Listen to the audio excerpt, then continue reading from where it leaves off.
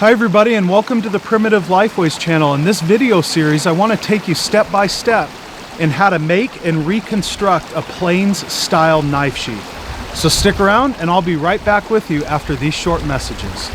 Before we jump into this video, I wanted to encourage you to go over to my website, primitiveliFways.com, and sign up for my free monthly email newsletter. I know you folks will absolutely enjoy the content that's being shared there. We don't share your information with any third-party networks or marketing companies. So once again, go over to my website, primitiveliFways.com, subscribe to our free monthly email newsletter, then go over to your email inbox and confirm your subscription. Thank you and enjoy this video. Throughout this video series, I want to take you step by step in reproducing this style sheath. This is a plains style sheath, and I really like this style. It's fairly complex, but it's also beautifully decorated and elegant in nature. Also very sturdy and durable. I have a prehistoric style knife sitting inside, and I made this about I'd say a year and a half ago. I got a lot of positive feedback on social media from it, so I figured, you know what, I'll take folks step by step in how to recreate this.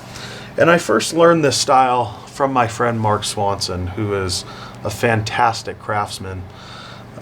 Many of you have seen his work on Facebook and throughout social media, even on YouTube. I have him on some of my videos. So a much deserved shout out for teaching me how to make this style sheath. So like I said, this is a plain style sheath, and we're kind of mixing two different worlds together.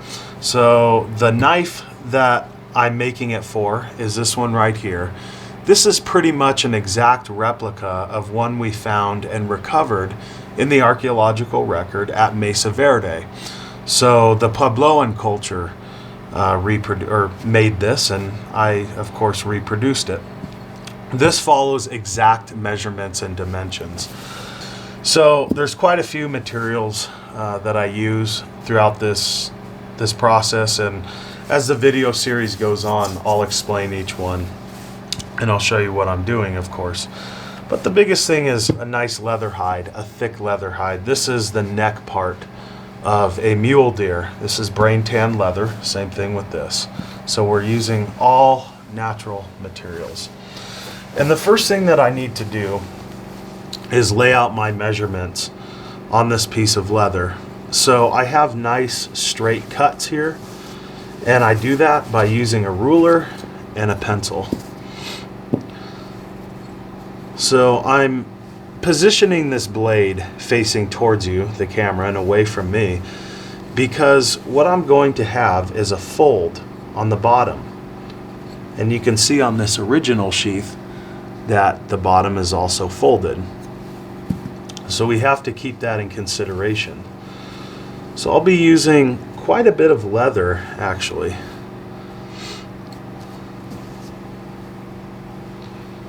And I usually start off with just a little bit more than I need, because like I said, I can always come back and trim the parts up. I don't want to waste too much, of course. Brain tan is a luxury for sure. It's expensive. Okay, so I'm going to fold this over, and I want a bit of room. So I want some room on both sides of the knife. I don't want it to sit too tight or too loose. It may be just a little bit more.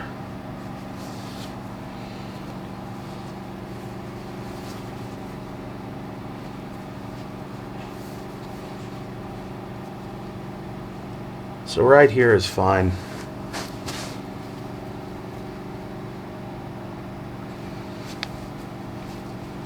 Okay.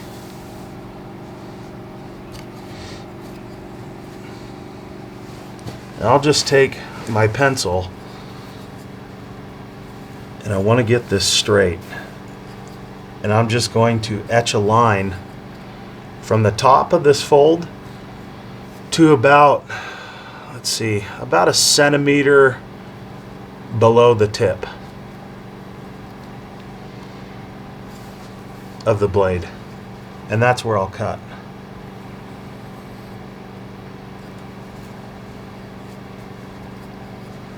That's pretty straight.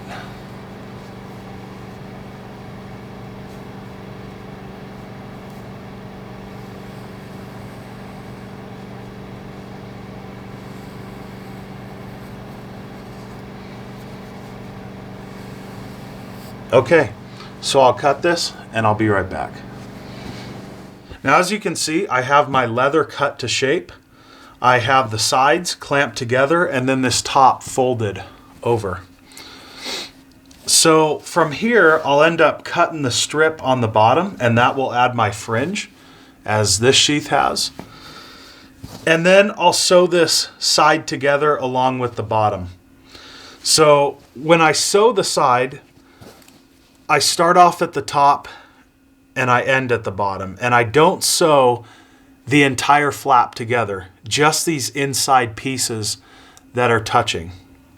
The reason is I need to cut another flap and sew that piece on for the decoration up top, or the fringe up top. So all I've done is created an overhand knot and tucked it in to this leather. So I just tucked it in on the underside and I just wrapped around, right? So pretty easy, self-explanatory. And at this point, I'm just weaving in and out, in and out, in and out with this thread, or sewing in and out. So, and as I do this, I just flip over the material and I poke in. So I poke in through all sides of the leather.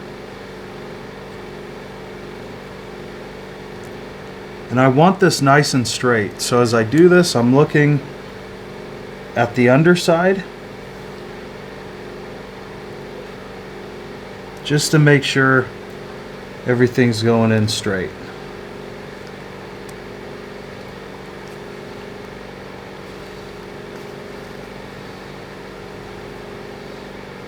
And I give that a bit of a tug. So then I flip it over and do the same thing.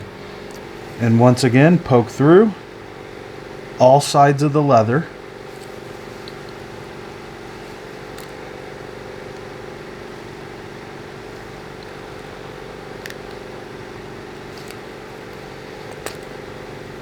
And pull the thread. So I just continue on. And you can see that pattern that I'm making. So I'm just sewing in and out, in and out.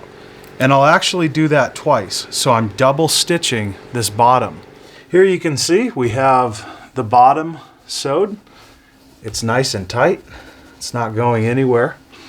And I'm actually left with quite a bit of thread. So there's usually what I do is I end up tucking the tag end in and hiding the knot by pulling it tight on the inside of this flap. So it just hides everything, it cleans it up, just like this knot is here. And I'll end up trimming that tag end so it's blended in more.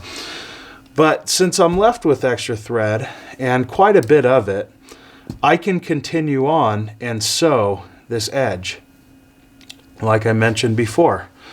And this will actually change. So before, as I showed you, we go in and out, in and out. It's a very basic, easy pattern. Well, this is quite basic as well.